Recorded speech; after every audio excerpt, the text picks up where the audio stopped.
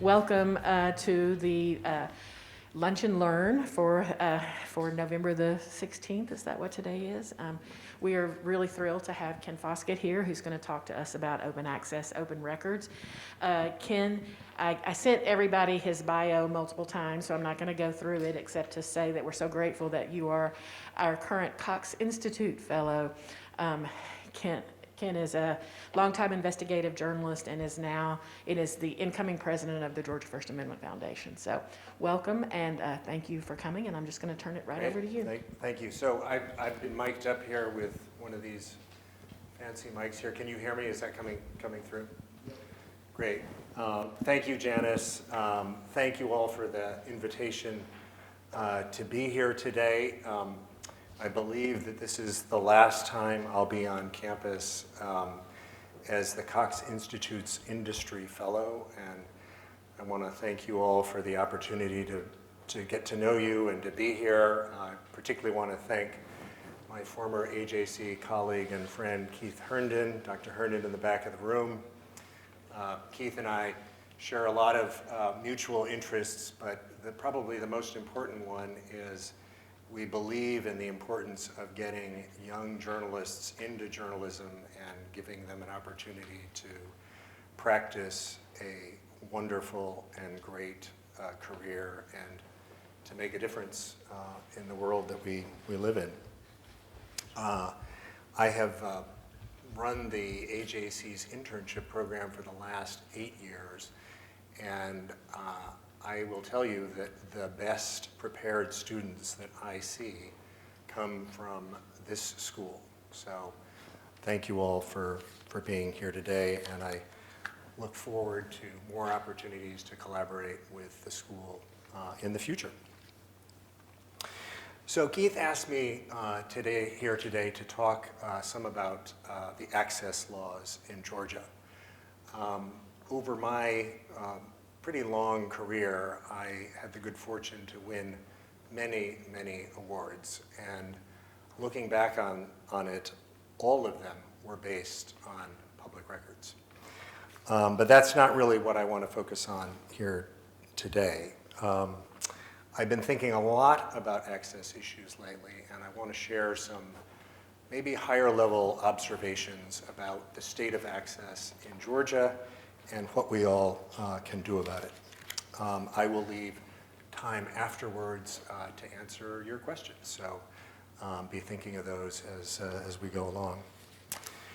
So I returned to Georgia from covering Congress in 2001, and an assignment sometime thereafter took me to the state capitol in search of then Governor Sonny Perdue to answer some quick questions.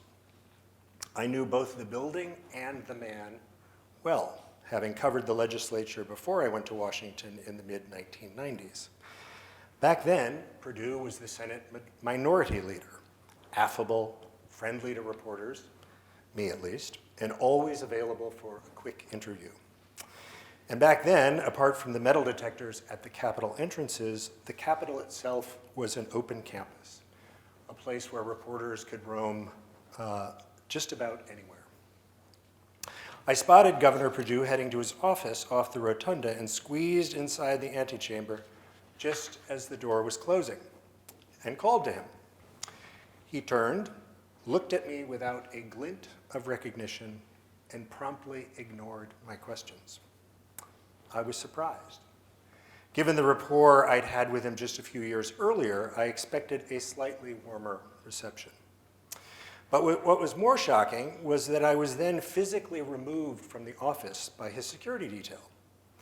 Over my protests, a press aide also informed me that my superiors at the AJC would hear about my temerity.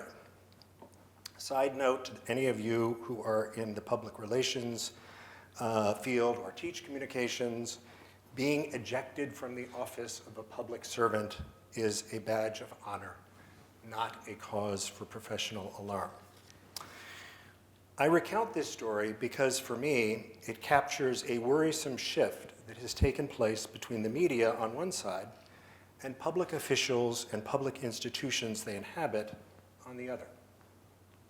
Before, in my experience, the two camps tacitly accepted their mutual obligation to inform the public.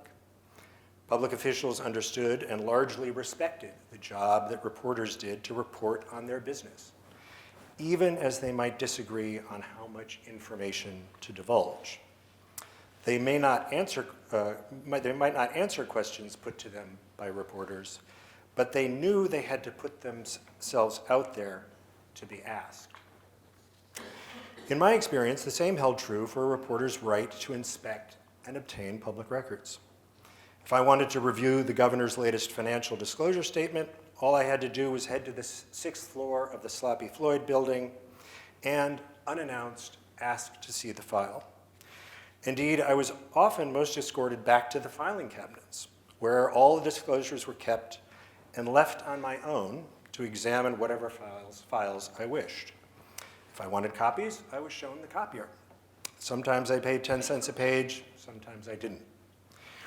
It never occurred to me to submit an open records request to see the files.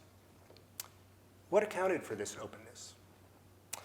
I credit Georgia's Sunshine Laws, better known as the state's open records and open meeting laws, that enshrined the concept of transparency into the workings of most corners of Georgia government. These laws were mostly the product of the early 1980s, and their guiding sentiment was captured in the legislative intent of the Georgia Open Records Act, which reads, "The General Assembly finds and declares that the strong public policy of this state is in favor of open government, that open government is essential to a free, open, and democratic society, and that public access to public records should be encouraged to foster confidence in government and so that the public can evaluate the expenditure of public funds and the efficient and proper functioning of its institutions." The spirit of openness enshrined into the law even carried over to the legislature, which exempted itself from the act, but in practice largely complied with requests for public records. In my experience, the only records I could rarely or never get were drafts and counter-drafts of bills that were exchanged during House and Senate conference committee meetings. In the intervening years, the landscape has changed dramatically, both in terms of the media's access to public meetings and to public records. The changes have mostly been for the worse, in my opinion.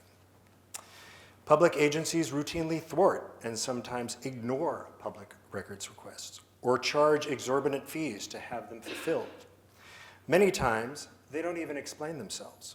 If they do, they cite outdated and misleading case law. Similar retrenchments have taken place with respect to the public's right to access public meetings. Some bodies believe a Zoom feed satisfies their obligation to make a meeting public. Others are sharply curtailing or even eliminating public comment in public meetings.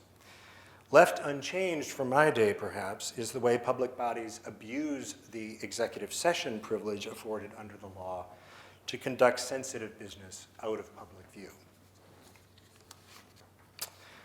I have witnessed the erosion of the public's and media's access to public records and meetings through my own experience as an investigative reporter and later editor, and with the First Amendment Foundation, where I am currently vice president and soon to be president. Some examples. In 2016 and 2017, the AJC and WSB-TV took a critical look at the administration of former Mayor Kasim Reed. Perhaps you recall the images of Reed standing before 450 bankers' boxes full of records that were presented to reporters during the early days of the federal corruption investigation. Those records, the majority of which were blank pieces of paper, were released after the mayor had claimed they were part of a federal investigation and could not be released. A legal argument that quickly withered under pressure from AJC and WSB attorneys. But the Reed administration successfully stymied other requests for 8 and 9 months until the mayor was out of office. Only later did the AJC and WSB acquire text messages from his former press secretary that put a fine point on the administration's approach to public records. And I'll quote, "So I would be as unhelpful as possible," read one text from the press secretary to another city official in response to a records request. "Drag this out as long as possible," she continued, "and provide the information in the most confusing format available." Some more recent examples. Last month, the Chatham County Sheriff's Office refused to release the 911 tape of a report of a missing child to a Savannah television station, claiming the tape was part of an ongoing criminal investigation. When shown a Georgia Court of Appeals decision that clearly stated 911 calls cannot be part of a criminal investigation because there is no criminal investigation at the time a call is made, the department retreated. But then the agency immediately seized on a completely unrelated statute as justification for noncompliance, arguing that it dealt with child abuse and therefore could be withheld. The dispute is still pending, and the tape has not yet been released. Over at the state capitol, the Public Service Commission, all of whose members are elected public officials and subject to the Open Meetings Act, have decided to hold their meetings in a room that is not physically large enough to hold everyone who would like to attend. Instead of finding a larger room, the commission adopted new rules that allow it to remove members of the public to another room where they can watch a video feed so that those associated with agenda items can remain inside. For the record, the Open Meetings Act states that, quote, "the public at all times shall be afforded access to meetings declared open to the public." When members of the public can't get records they seek or are denied access to public meetings, they regularly contact the Georgia First Amendment Foundation. In recent years, we have seen a sharp escalation in such complaints. There are many reasons for the erosion of public access to records and meetings in Georgia. Privacy concerns raised by the growth of the World Wide Web led to new exemptions to the Open Records Act. And we all know what a slippery slope that is. Today, there are more than 50 exemptions to the Act, including the Kirby Smart exemption, which allows athletic departments to withhold requested records for 90 days. The Act says they should be released in 3 days or in a more reasonable time frame. I highlight the Kirby Smart exemption because it is particularly detrimental to sports journalists here at UGA, effectively denying them an important avenue of substantive reporting and an opportunity to learn about how to use the Open Records Act. The COVID-19 pandemic shut down public meetings and opened the door to Zoom meetings, a welcome development, but one that some public bodies increasingly view as a legal alternative to letting the public in the actual meeting room, as the current situation at the Public Service Commission demonstrates. On the political front, the media's access to government and the grudging respect between reporters and public officials was dealt a serious blow, as we all know, by a president who declared news to be fake and journalists to be the enemy of the people. This has made many public officials and members of the public hostile to journalists and scared well-meaning bureaucrats from dealing openly with reporters. The job you have today is much harder than the one that I had. Finally, I think the media itself bears some responsibility for the erosion of public access. Too often, reporters, editors, and news organizations let public officials and public institutions get away with withholding information they are legally obligated to produce. Instead of pushing back, some news organizations shrug and accept a new and lower standard of compliance. When I spoke to the assigning editor at the Savannah television station recently about the sheriff's office, she told me that news organizations in Savannah had long ago given up trying to fight the authorities. Many times, news organizations cannot even get incident reports, a clear violation of the law, she told me. The latest is that the station's ownership is still deciding if it wants to challenge the sheriff's department over its latest ploy to withhold the 911 tape. And this brings to me what we can do as journalism educators and journalism students. I believe that it is now more critical than ever that journalism students be taught about public records and public meetings and learn practical tools to help them push the institutions they cover to comply with the law. I know that students learn about open meetings and open records here at the Journalism College, but I'm suggesting that we double down on this instruction, that educators look for opportunities to incorporate records requests into the work that students do and reinforce the mindset that journalists carry an obligation to challenge officials and institutions when they don't follow the law. Georgia's sunshine laws aren't just tools to help reporters do their jobs. They are part of the machinery that holds government accountable and prevents the United States from becoming a closed society like Russia or China.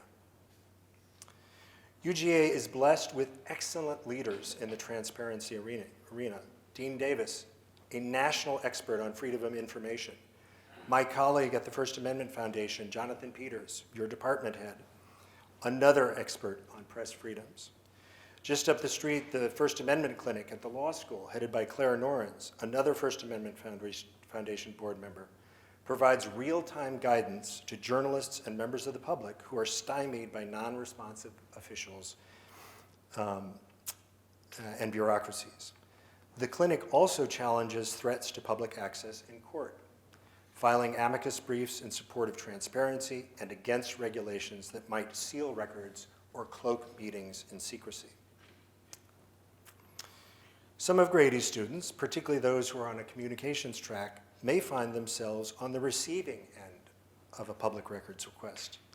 I believe it is equally important for them to understand the vital role that transparency plays in our democratic institutions.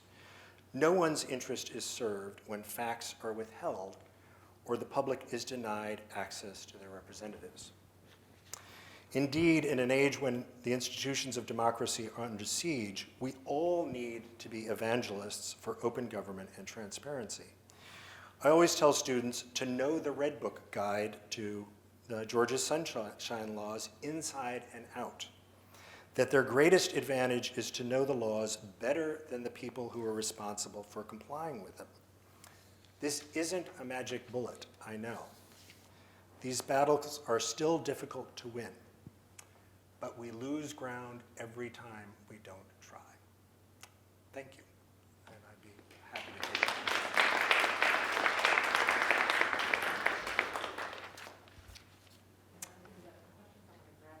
Yeah.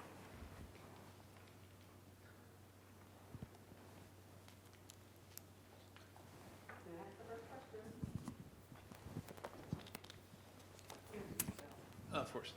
I'm Brown James, first-year PhD student. Out of curiosity, in your experience as a reporter, would you rather have to deal with a public official who gives you ample access but is confrontational, or a public official who gives you little access but is friendly?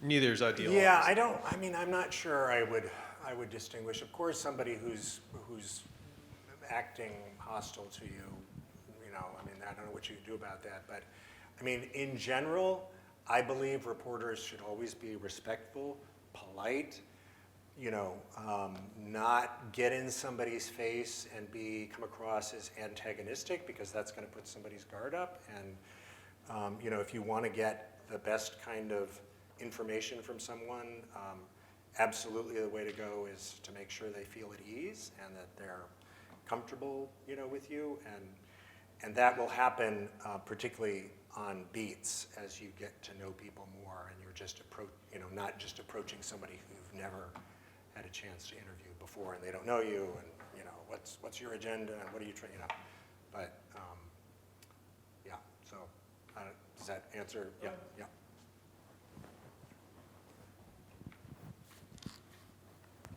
Hi, Ken. I'm Alex. You know me. So my question is, what is the best / most polite / most appropriate way to bug a public official who is dragging their feet on something? Yeah. So If it's related to, let's say, a records request, right, then your best ally, in my opinion, is to make sure they understand what the law says, right?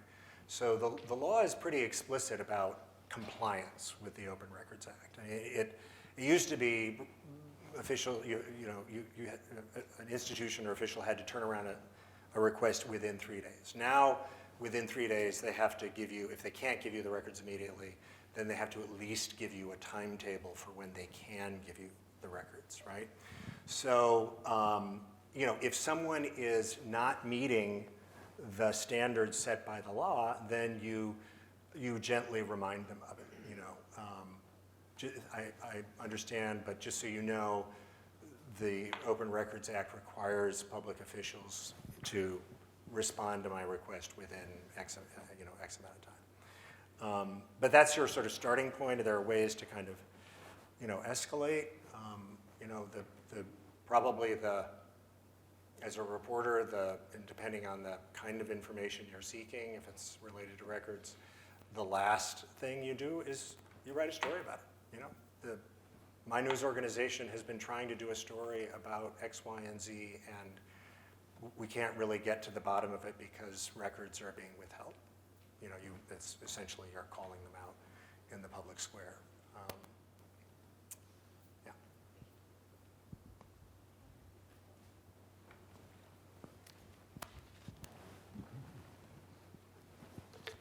Hey, Ken, thanks for being here today. Sure.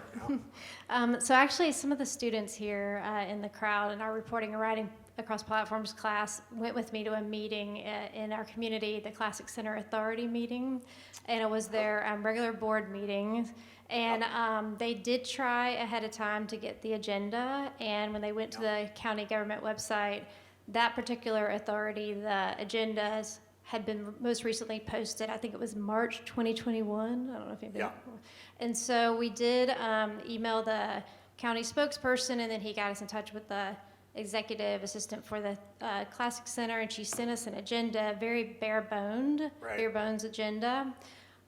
So when we got to the meeting, obviously they had big binders, right, Liam? They had very big binders full of supplemental documents. Right. And she quickly, when I asked for it, she quickly emailed me all of the documents, budgetary figures, Good. other information, and then I was Good. able to share with the students. However, my question is, with all that background, the supplementary documents, the materials that the board members have well before their meeting, because they've already viewed it, how far in advance are they required to get that to the journalist, and how should the students proceed in the future? So the act doesn't speak to the supporting documents. It does speak to the agenda, but it does not speak to any kind of supporting material. But you can, just so you know, the situation just described is you will encounter in any public meeting. The people who are running the meeting are always going to have a lot more material that's been prepared by staff so that they have information with which to base a vote or a discussion or whatever. So knowing that there will be stuff prepared, go ahead and ask for ahead of time so that you're able to follow along with it. Now, I have noticed, and I would put this in the category of positive developments with respect to access, that many cities and counties and maybe boards of education do put that information up ahead of time so that anybody can get the board packet, as it would be called. But it's not a requirement of the act. As one follow-up. Yeah. We were also at a Board of Education meeting. They did provide that material online ahead of time. Then they voted to add to the agenda because they needed to vote on the divisive concepts law, the state's law.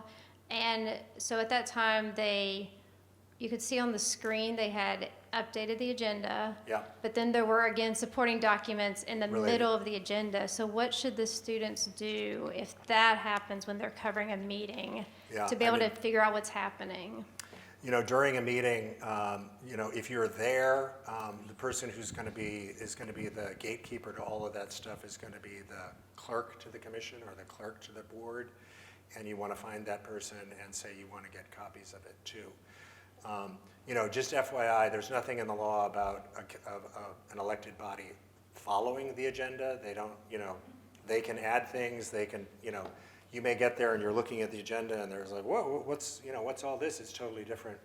They can do that, but they did, as long as they had published something, previously.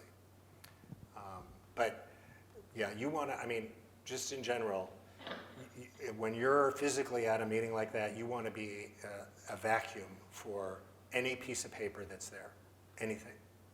Because you don't know what's going to be on it and what it might lead you to. So,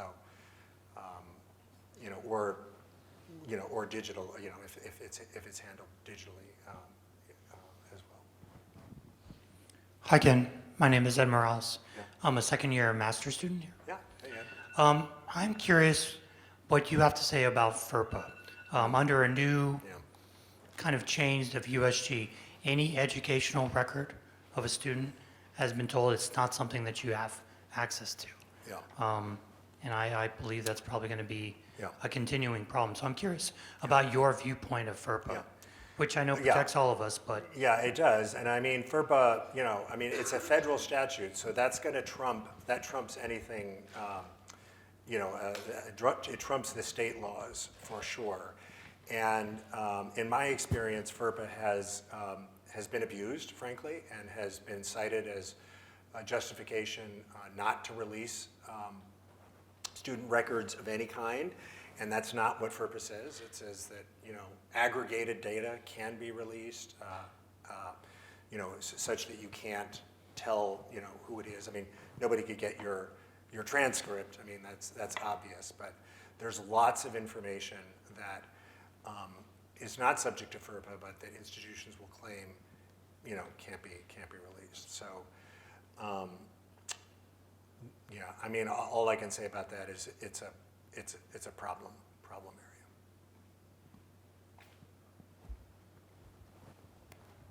Hi, Hi. my name's Kayla Lopez. I am a third year, currently taking all these journalism classes. So we had a similar situation that we experienced to something that you described in what you just stated. We went to a Athens in Motion Commission meeting, I believe last month, and we were all waiting in the room for the meeting that was supposed to start at 4 o'clock, and 4:15 comes by, 4:20. Nobody's in this room. Yeah. So we're asking around, and luckily we had some professors there, Leslie Klein, she's back there, that were able to figure out what was going on. Turns out the meeting was in a room in the basement, not big enough to hold nearly anybody but 2 more people. Yeah. And I was one of the people that went in that room because they said they would allow 1 or 2 people if they fit. And so my question to you is, I don't know if I would have put myself out there to do that if I did not have my professors or supervisors there. So if it's just me alone, how do I go about getting myself into that meeting knowing that I have a right to be there when they're trying to hide it? Yeah. Well, so one question here. Was there anywhere in that building, any piece of paper that maybe on the door to where the meeting was supposed to be that said, oh, we're having lunch downstairs and we're meeting in this room and not that room, find us there. Was there any indication about where the meeting was? So to my knowledge, no. We even asked the lady at the front desk of the building, hey, we've been waiting 30 minutes, Right. where is this meeting? And she goes, oh, it's 4:30, let me go get them. And then never came back with them. And so we asked somebody else, and he was like, hey, he comes in the door, he's like, hey, the meeting's already started. They're in the basement, but you guys won't fit. We're gonna live stream it in here. And so some of us asked, can we send somebody down there? Right. And then they let me and a girl named Sam with a camera to go down there. Yeah. They put us in this weird waiting room while they decided if we could go or not. Yeah. And then we were eventually let down in the room Yeah. into the middle of the meeting. And I was talking to my professor about this is a story enough. Yeah. They don't even want us there. Right. And so the waiting room and then finally getting down there after they had talked about the important thing we were all writing our story on. It was, but no, I didn't see anything on the wall. The lady So, didn't even. this is the thing that you want to carry with you, right, when you're in a situation like that, because you then don't have to put yourself of putting just my say-so up against whoever you're talking to. You can say who you are And then if you know the handbook well enough, right, you can go to the part that talks about access to meetings and say, look, help me understand this, because I thought the meeting room had to accommodate everybody, and it looks like you can't. I mean, that's really what you have to do, and just try not to be, try if you can to take yourself out of the equation, right? You're there as what? You're there as a representative of the public, right? You're there to exercise the public's right to be in this meeting space. And think about it that way, not as, I'm a student, and here these guys probably, could be my grandfather, what am I going to say to them? Put yourself in a different mindset. I don't know, is that helpful? Yeah, and I Yeah. just have a Yeah, really quick sure. follow-up question. Yeah.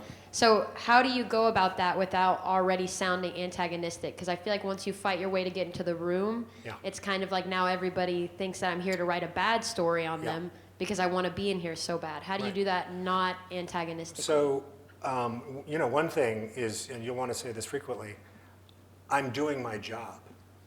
I'm here to do my job. And I can't do my job if I'm out here and I can't hear what's going on. So please, help work with me so that I can do my job.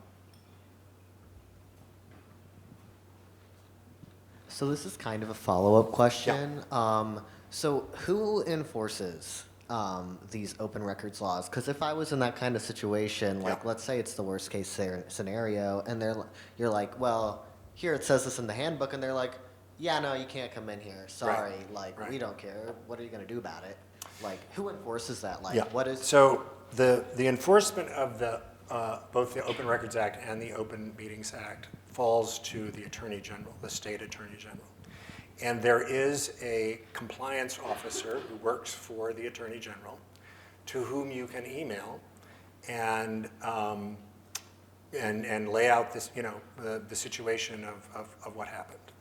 And in theory, that individual should take some time to understand whether what you're saying to them, is right, actually happened, and then follow up with a letter to that agency and say, hey, look, just so you know, I quote the law, this is what you're supposed to do in this particular situation. Please don't do it again. Now, in practically speaking, another thing that I've observed is that for whatever reason, the Attorney General's office does less and less of that. Maybe they don't have the resources, maybe they don't have the time, not sure. But that has become less of a fruitful avenue. So, the other place to go is the Georgia First Amendment Foundation.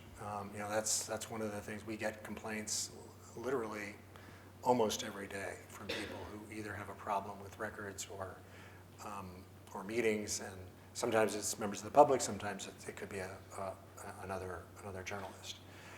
And in those instances, the foundation essentially does what the Attorney General might do, which is to research the particular situation and write a letter to that agency saying, we believe that you've misinterpreted the law. Here's what the law says. Please fulfill this request or provide a bigger room so that everybody can get in it, whatever the issue is.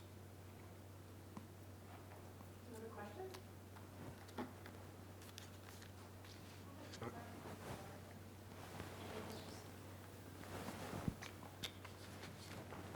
This is just to confirm that my thoughts on this are right. So if they're in it, so at the Classic Center Authority meeting, Yeah. they made a decision on something, which was probably the most compelling and easy to understand part of the meeting. Right. And they looked to the students and said, basically, don't report about this. So just to make sure, for the sake of everybody here, if they're in a meeting Yep. and if they don't go into Yep. executive session, they cannot go off the record They in a can't. meeting. No, can't do that. Because So, I looked no. at the students, I said, this is the best thing to report Right. about, but Right. just making sure. Yeah, no, absolutely Okay. right. That's anything said in a public meeting is fair game. Yeah. And I do want to make a point about executive session, just so that you know. So you'll see if you're covering a public body and they go into executive session and the law gives them 3 fairly narrow reasons to go into executive session. And then they come out and then they say whatever, if they took an action, they will actually take that action in public. But just because they are in executive session does not mean that you can ask anybody who's in there what the heck happened. No law against that. No penalty for them for telling you. I mean, if there's somebody inside that executive session that wants to tell you from beginning to end everything that happened in there, they can do that. There's no penalty for do that. There's no penalty for the public official, and there's no penalty certainly to you as a reporter to taking that information and and putting it into a story. So don't let that. I mean, they may choose to. You may not. Nobody may want to talk about it, but don't let that stop you from asking. Ken, there are a few people, oh, Yeah, and there was okay. just There are a few people in the room who aren't prospective journalists. Yeah. Can you talk a little bit about my obligation as a state employee, a professor at the University of Georgia, in terms of my records and my meetings? Yeah, right. I mean, all of that, or much of that, is fair game, right? So emails of public officials are subject to the public, employees are subject to the Open Records Act. Many aspects of work product that would be a part of Professor Hume's files could be subject to the act. Yeah. My email is very boring. Yeah. Yeah. Is that good for students as No, well? it does not go for students. No, students would be covered by FERPA. Yeah, and also, yeah, you're not being paid by the taxpayers. So that's the yeah. We talked a good bit about getting access to state and local officials, meetings, records. Do you have any tips for what I assume is an ocean of red tape, getting federal information, getting past, So, I'll first talk about federal information. So the federal records are accessed through the Federal Freedom of Information Act. That is a dark hole. I mean, it's almost impossible to get timely information from that. I mean, it's not uncommon for a request to be submitted and, 3 years later it gets fulfilled. Now, that's not always the case, right? Sometimes you can get information really quick through the FOIA. Usually that means that somebody wants you to have it for a political reason. I mean, that it will put somebody in a positive or a negative light, and they want to get it out there. But in general, if it's just going through the bureaucracy, it takes a long time. In terms of officials, particularly at the federal level, your best bet is going to be to know enough of their schedules and their public appearances and get in front of them that way. If you're not actively covering somebody on a regular basis, it's going to be very difficult for them to pick up the phone and call you. I mean, I spent 5 years in Washington. I covered the Senate primarily, and I had no problem getting Georgia officials, but because I had, been to lots of press conferences with all kinds of different people, I could get just about every senator that there at the time on the phone. I mean, I interviewed John McCain, I interviewed Joe Biden multiple times.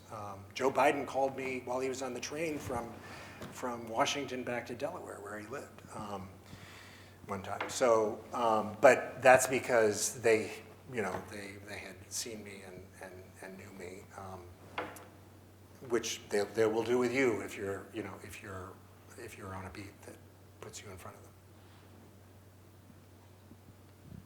Anybody else? Alex? One more from Alex. Thanks again. Yeah, so I can't remember who published it recently, but there was a report about public officials using Signal and other encrypted messaging chats to sort of skirt around FOIA. And I guess my question is that like, is it, are public records requests like that, are they just limited to like work emails? Is there anything we as journalists can do to get around with people Yeah, using encrypted so chats? Signal is a separate issue because that's, that's a very, very secure platform, and odds of getting Signal Signal messages are going to be very low. Here's what the law says in Georgia, and this is actually the way it has been interpreted by attorney general's opinions and the courts and so forth, which is that if you are a public official and you conduct public business on your private device, so let's say that's your phone or your personal laptop or your iPad or whatever, you have turned that device into a public one. And information on it that deals with public business is subject to the Open Records Act. It's, the text messages that, well, let's see, were they from? No, those particular that I quoted earlier, didn't come about that way, but the AJC did get pretty incriminating text messages from different ones by putting in an open records request for any text messages between that official and the one that we were interested in. And that person, who had nothing to hide, turned them over, and there was a lot of good stuff on that. You might recall, I don't know if you do or not, but the former president of Kennesaw State, Sam Olens, got into trouble over the protests that were taking place and communications that he had with the chief of police to basically crack down on the students, and that was all revealed in text messages that ultimately were turned over to the media. But at the federal level, that's totally different. None of that's going to apply. Okay, last chance. Anybody? Why don't we say thank you very much to Foskett. Thank you all.